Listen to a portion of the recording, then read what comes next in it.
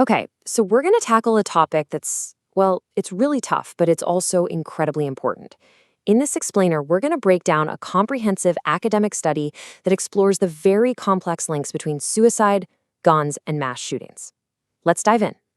Just to really set the stage for how big this issue is, let's start with a number: 47,173. That's how many Americans died by suicide in 2017 alone. Every single one of those represents a person, a family, a community, and it's why this research is so absolutely vital. So here's how we're going to break this all down. We'll kick things off by looking at the bigger picture, this national tragedy of suicide. Then we're going to zoom way in on a specific case study from Florida.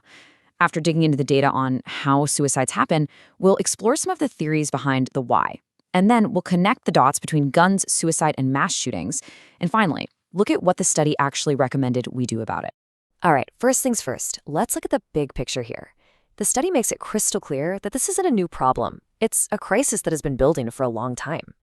And here's the thing. This isn't some problem that's just staying the same. It's actually getting worse. Suicide is the 10th leading cause of death in the U.S., and the study points out that the rates have jumped by a staggering 25% in just the last 2 decades. That steady climb really highlights why this is so urgent. So, how do you even begin to understand a huge national trend like this? Well, what the researchers did was pretty smart. They zoomed way in on one specific area, using it as a kind of microcosm for the whole country. And this is the heart of the research paper, this deep dive into data from Broward County, Florida. The reason they picked this place, was because it's kind of like a mini America.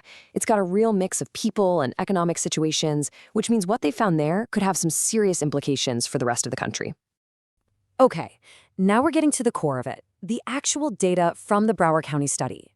The researchers sifted through all 3,238 of those cases to see if they could find any patterns in how these tragedies happened and, just as importantly, who was most affected.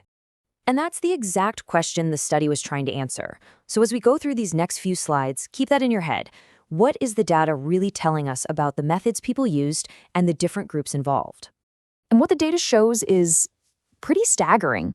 Gunshots were the most common method. And not just by a little bit. We're talking about more than 4 out of every 10 suicides in this study. That one method just towers over everything else. The researchers also found a huge difference when it came to gender. I mean, look at this. Men made up 3/4 of all the suicides in their data. That's a 3-to-1 ratio compared to women, which, as the paper notes, lines up with a lot of previous research. And it wasn't just gender. The data on race showed a really similar, stark picture.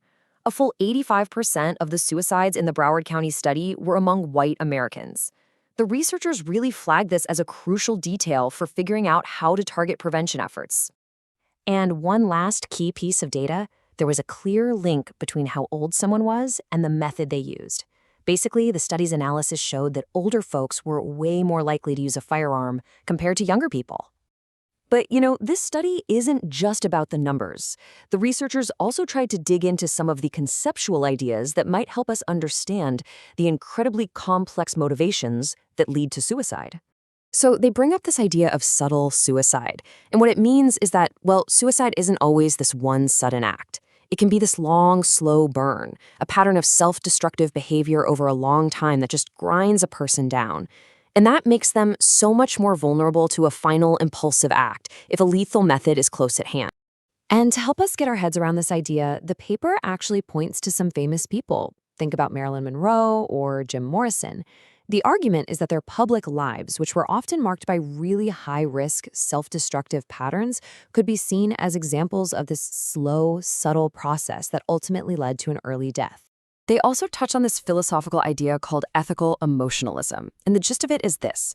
When someone's in a deep crisis, their moral compass, their sense of right and wrong, might be driven entirely by intense emotions, not logic. And that's a huge deal, right? Because if a decision is super emotional and impulsive, having something incredibly lethal like a gun right there, that becomes a massive factor.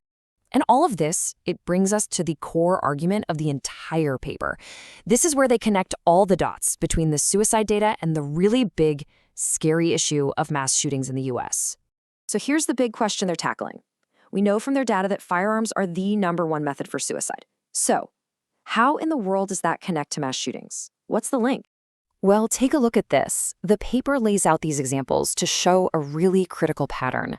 Just like firearms were the leading method in their suicide data, they are the weapon of choice again and again in these horrible mass casualty events. So after all their analysis, here's the conclusion the study's authors came to. They argue that there's a direct and really strong connection. For them, the common thread, the thing that drives up the rates of both suicide by gunshot and mass shootings, is the widespread availability of guns. But the research doesn't just leave us with the problem. It actually finishes by proposing some very specific, data-backed recommendations for what we could do about it. So here are the 4 main suggestions they put on the table. First, they say we should reduce or even eliminate ordinary citizens' access to guns, especially military-style weapons. Second, they argue for shifting resources to focus on those highest-risk groups they identified, specifically white American men. Third, a really interesting one, target prevention programs for Tuesdays and Wednesdays, which their data showed were the most common days for suicide. And finally, invest in programs that can spot and treat aggressive behavior early in a person's life. And the study closes with this incredibly powerful quote from Emma Gonzalez, a survivor of the Parkland shooting, which happened in the very same county where this research was done. It's just a gut punch reminder of the human lives behind all these statistics. And it really leaves us with that final, heavy question. Where do we go from here?